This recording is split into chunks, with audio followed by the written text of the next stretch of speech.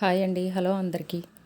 ఎలా ఉన్నారు? అందరూ బాగున్నారా? అందరూ బాగుండాలని ఆ దేవుడిని మనస్ఫూర్తిగా కోరుకుంటూ ఈరోజు వీడియో అయితే అప్లోడ్ చేశానండి. ఈరోజు వీడియో వచ్చేసి బన్సీ రవ్వతో మసాలా ఉప్మా అనమాట. చాలా రుచిగా ఉంటుందండి. ఉప్మా అంటే అసలు ఇష్టపడని వాళ్ళకి ఒక్కసారి ఇలా చేసి పెట్టండి. చాలా ఇష్టంగా తినేస్తారు. అంత రుచిగా ఉంటుందండి. మసాలా వేసి చేస్తాం కాబట్టి అచ్చం బిర్యానీ తిన్నట్టే ఉంటుంది. పొడి పొడిగా చాలా బాగా వస్తుంది. ఇంట్లో అందరికీ భలే నచ్చుతుందండి.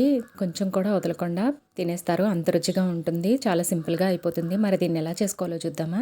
దీనికోసం స్టవ్ మీద ఒక కడాయి పెట్టుకుని, ఒక టేబుల్ స్పూన్ నెయ్యి వేసుకుని, నెయ్యి కరిగిన తర్వాత ఒక అర గ్లాసు సేమియా వేసుకుని దోరగా వేయించుకోవాలి. సేమియా కూడా వేస్తున్నానండి. సేమియా వేస్తే బాగుంటుంది. ఇలా దోరగా వేయించుకున్న తర్వాత ఇప్పుడు ఒక గ్లాసు బన్సీ రవ్వ వేసుకోవాలి. అదే దొడ్డు రవ్వ అంటారు కదండి, అదనమాట. ఇలా ఈ రవ్వ కూడా వేసుకుని దోరగా వేయించుకోవాలి. ఇలా వేగిన తర్వాత స్టవ్ ఆఫ్ చేసుకుని దీన్ని పక్కన పెట్టుకోవాలి.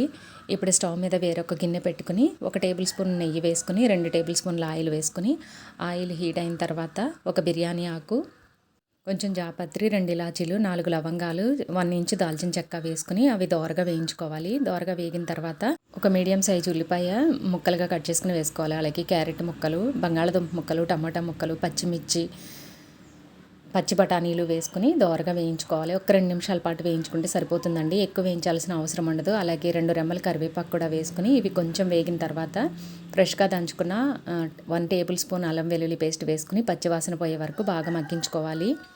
ఇలా బాగా మగ్గిన తర్వాత రుచికి సరిపడా ఉప్పు వేసుకుని ఒకసారి ముక్కలకి మొత్తం అంతా కలిపి బాగా మగ్గించుకోవాలి. ఇలా మగ్గిన తర్వాత అర గ్లాసు సేమియాకి ఒక గ్లాసు బన్సీ రవ్వ, గ్లాసున్నర అయింది కదండి, గ్లాసున్నర రవ్వకి ఇలా 3 గ్లాసులు నీళ్ళు వేసుకోవాలి. 3 గ్లాసులు నీళ్ళు వేసుకుని మూత పెట్టుకుని నీళ్ళని మరిగించుకోవాలి. చూడండి, ఇలా నీళ్ళు బాగా మసులుతున్నప్పుడు కొంచెం పుదీనా, అలాగే ఒక గుప్పుడు కొత్తిమీర తరుగు వేసుకుని తర్వాత మనం వేయించి పెట్టుకున్న రవ్వను కూడా వేసుకుని మొత్తం అంతా ఒకసారి కలుపుకోవాలి. ఇలా కలుపుకున్న తర్వాత ఉప్పు సరిపోయిందో లేదో చూసుకుని సరిపోకపోతే ఇంకొంచెం వేసుకుని మూత పెట్టుకుని నీళ్ళన్నీ ఎగిరిపోయే వరకు ఉడికించుకోవాలి. చూడండి, ఇలా బాగా ఉడికిన తర్వాత ఇలా దగ్గర పడిన తర్వాత ఒకసారి మొత్తం అంతా మళ్ళీ ఒకసారి కలుపుకుని ఒక 2-3 నిమిషాల పాటు కలుపుకుంటూ అడుగు పట్టకుండా బాగా మగ్గించుకోవాలి. ఇలా బాగా మగ్గిన తర్వాత మూత పెట్టుకుని ఒక 2 నిమిషాల పాటు ఉడికించుకోవాలి. చూడండి, ఇలా బాగా ఉడికిన తర్వాత మూత తీసుకుని చూస్తే చక్కగా ఉడికిపోయి ఉంటుందండి.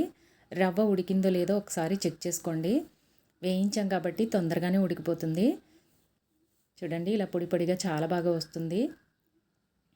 ఇలా ఉడికిన తర్వాత స్టవ్ ఆఫ్ చేసుకుని పైన కొంచెం కొత్తిమీర తరుగు వేసుకుని సర్వ్ చేసుకోవడమేనండి. అంతే, మసాలా ఉప్మా రెడీ అయిపోయింది. చాలా రుచిగా ఉంటుందండి. చల్లారితే చాలా పొడి పొడిగా చాలా బాగా వస్తుంది. అందరికీ భలే నచ్చుతుందండి. చాలా బాగుంటుంది. అచ్చం బిర్యానీ తిన్నట్టే ఉంటుంది. ఉప్మా అంటే చాలామంది తినరు కదా. తినని వాళ్ళకి ఈ రవ్వతో ఒక్కసారి ఇలా ఉప్మా చేసి పెట్టండి. అందరికీ భలే నచ్చుతుంది. భలే ఇష్టంగా తినేస్తారండి. ఇది ఉదయం బ్రేక్ఫాస్ట్గా కానీ సాయంత్రం డిన్నర్గా కానీ చాలా బాగుంటుందండి.